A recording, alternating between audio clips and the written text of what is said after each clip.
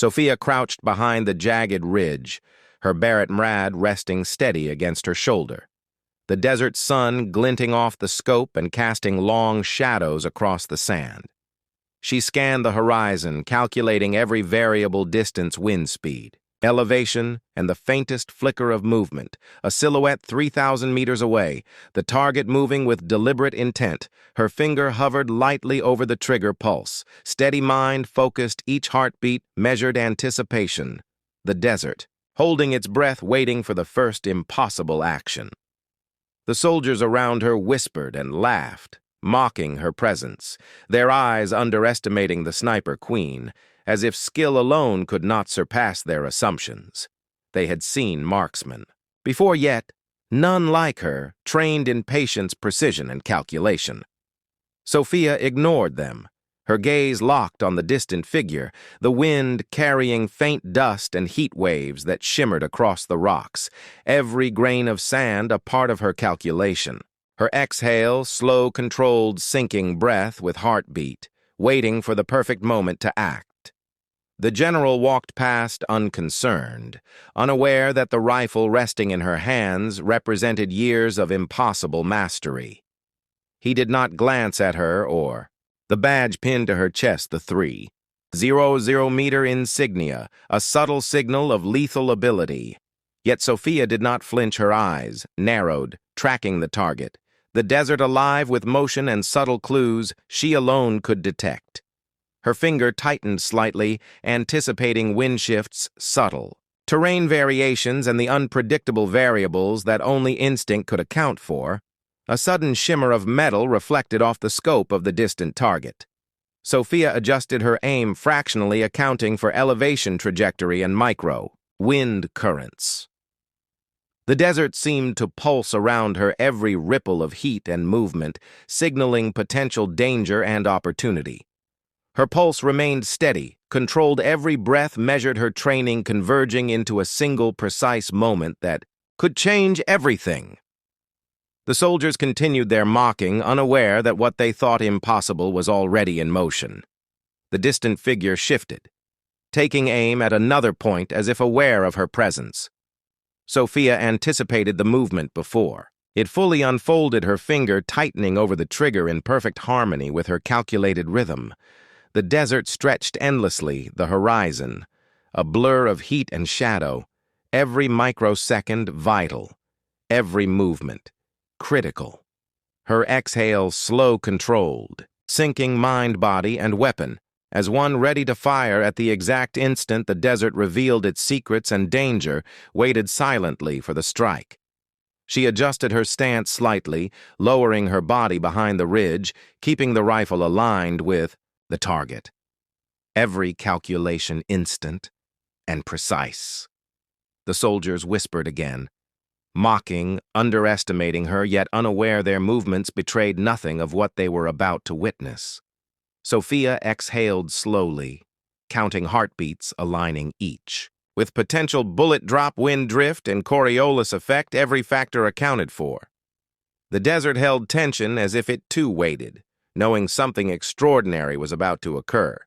Then she fired the shot, the recoil traveling up her arms, the bullet tearing through the air 3,000 meters away before sound could follow.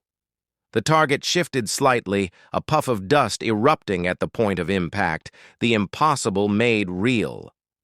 Sophia lowered the rifle, slowly scanning the horizon, her pulse steady, the soldiers frozen in disbelief, their laughter silenced by the reality of her skill. The general finally turned, eyes wide, mouth open, realizing fully that the sniper queen had done what none believed possible.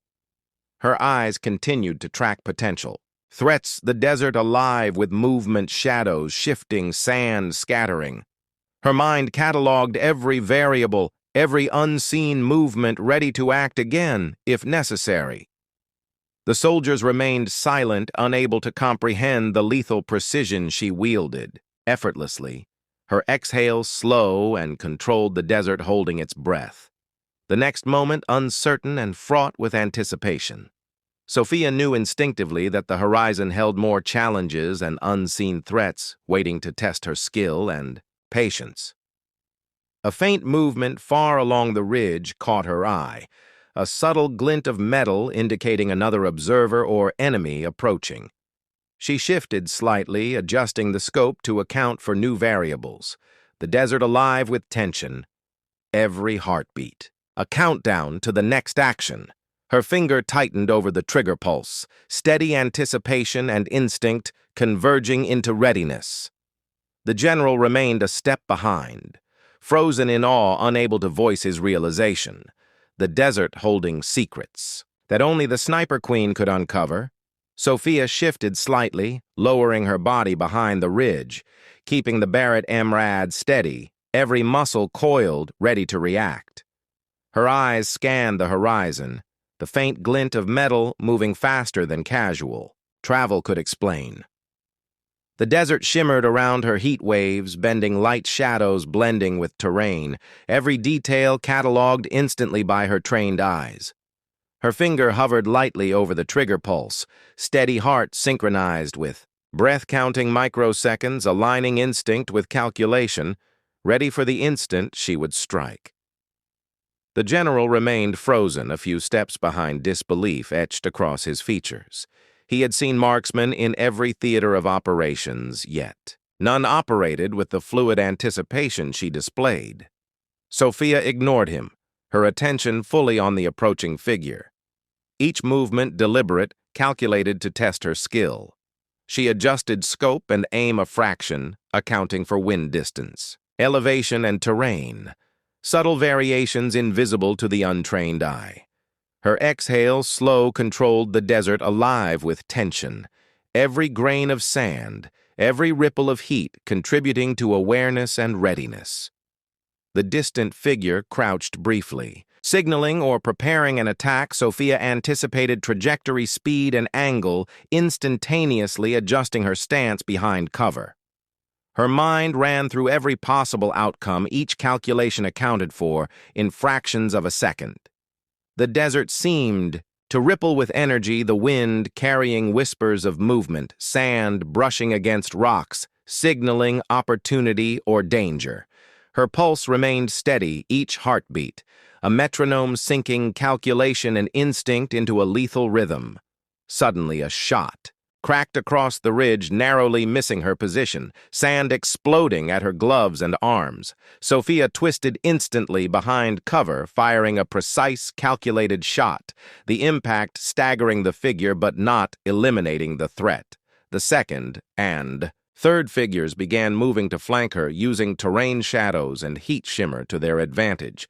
Sophia adjusted immediately, keeping all in line of sight, her finger tightening over the trigger, ready to act. The desert vibrating with tension, every motion, critical every moment, a test of skill. The fifth figure appeared along the far ridge, a subtle glint of metal in hand indicating calculated aggression. Sophia's eyes narrowed, tracking all five simultaneously. Her mind cataloged wind distance, angled trajectory and timing, every microsecond accounted for. The general stepped slightly forward, awe and disbelief warring across his face, realizing she anticipated every move before it occurred. Sophia exhaled slowly, counting heartbeats aligning, instinct with precise calculation, ready to fire the next decisive shot. The first figure lunged using shadows as cover. Sophia fired instantly, a precise, calculated round, the impact staggering the target into cover. Her body moved in perfect harmony, with terrain adjusting aim and position, every microsecond accounted for. The second and third figures shifted cautiously, attempting a coordinated attack, the desert alive with tension, sand and dust scattering in the wind. Her pulse steady, her finger light on the trigger, every movement deliberate, every heartbeat, measured anticipation and instinct merging flawlessly. Suddenly, the fifth figure advanced, more aggressively attempting to close distance. Sophia anticipated trajectory, wind elevation, and timing, instantly firing the rifle, a single shot, precise and lethal. The impact struck true, staggering the figure into cover, the desert erupting with dust, sand, and heat ripples. Her exhale, slow, controlled pulse, steady counting microseconds sinking. Movement with calculation. Every variable considered. The general remained frozen, realizing fully she had already accounted for every action. Before it occurred, her presence dominating the desert landscape. The first three figures now staggered, pinned into cover, while the fifth, cautious yet wary, attempted another approach. Sophia adjusted instantly, firing another calculated shot, the desert alive with tension, shadows shifting and heat waves shimmering, her body coiled, ready to move every heartbeat, measured every microsecond, anticipated. Her eyes scanned every ridge, every shadow, every glint of metal, ready for the next instant, the desert holding its breath as if waiting for the impossible to unfold once again. The sound rolled across the desert like thunder metal, grinding against air engines, howling as the massive vehicle crested the ridge. It was unlike anything they had seen before, a prototype armored unit painted black against the golden sand, its turret rotating slowly, scanning for heat signatures. The colonel stared through his scope, disbelief written across his face. "How did they get that here?" he muttered. She didn't answer, her eyes narrowing as she studied its movement speed and angle. She could tell by the vibration in the ground that its armor was thicker than anything standard, that this was no ordinary machine. She crouched low, adjusting the module. The blue pulse flickering weakly, she was pushing it past its limits too much. Interference, too much heat. The uplink lagging by precious seconds that could mean the difference between survival and death. The SEALs were spread across the ridge, pinned down by suppressive fire, each one counting the seconds until extraction. But she was thinking of something else. She was thinking of range, velocity, and precision. She had one chance to make it count, and the module was her only tool. The colonel shouted over the noise. "We are out of time." She looked up through the haze and caught his gaze, a silent exchange of trust and command. He gave a single nod and she turned back to the module, her fingers flying across the controls, her mind racing through numbers, wind direction, temperature drag, coefficients, everything compressed. Into instinct, she could feel the seconds bleeding away like water through her hands, the enemy unit moving closer, turret locking onto their position, the whine of its charging weapon cutting through the air. The youngest SEAL called out movement. On the left flank, she turned, seeing smaller drones sweeping in low, their rotors slicing through the heat shimmer. She adjusted the module, sending a pulse that scrambled half their sensors, causing them to collide mid-air, sparks and twisted metal. Raining down, the colonel barked, "Good hit," but it was only a temporary reprieve. The main unit was still advancing, its cannon pivoting slowly toward them, the sand vibrating beneath their boots as if the desert itself knew what was coming. She reached into her pack, pulling out a secondary transceiver. One she had kept secret until now. It was older, smaller, its casing worn from years of use. She connected it to the module, overriding standard safety protocols, rerouting the power flow. She could feel the hum of energy beneath her hands like a heartbeat out of rhythm. Unstable, dangerous, but necessary. She whispered under her breath, "Just a little longer. Just hold the line." And the colonel, who was reloading beside her, heard but didn't ask. Questions he knew better by now. The enemy unit fired a shell that tore through the ridge, sending debris and fire into the air. The SEALs dropped for cover, one shouting that they couldn't hold much longer. She looked up through the haze of smoke and heat, seeing the extraction helicopters still too far out, the sun catching their blades like shards of glass. She had to buy them more time. She focused on the module, fingers trembling from exhaustion, aligning the final coordinates. She was out of uplink satellites, but there was one last option: manual targeting. She keyed the system directly through the transceiver, feeding in every adjustment by instinct, not code. The colonel saw what she was doing, and his face went pale. "You'll fry the system and yourself," he shouted, but she didn't respond. She locked in the final sequence and pressed the activation trigger. The module whined, a rising pitch that vibrated through the air, the blue pulse flaring to white for an instant, and then fading. She looked toward the horizon. the satellite feed cutting through the interference just long enough for the strike to lock on. She exhaled slow, steady, waiting for the signal. The impact came like the sky collapsing, the explosion ripping. Across the dunes, a shockwave throwing sand into the air like a tidal wave. The massive armored unit vanished beneath a cloud of fire and dust. The SEALs hit the ground, the sound deafening their radios filled with static and broken shouts when the dust settled. The ridge was a scarred ruin, and the machine that had hunted them was nothing but molten wreckage. She stayed on one knee chest, heaving hands, trembling over the dead module. The light flickering faintly once-twice and then going dark. The colonel approached, checking her pulse, his eyes softening for the first time. "You just saved all of us," he said. She nodded weakly, staring at the smoke rising in the distance. She knew it wasn't over.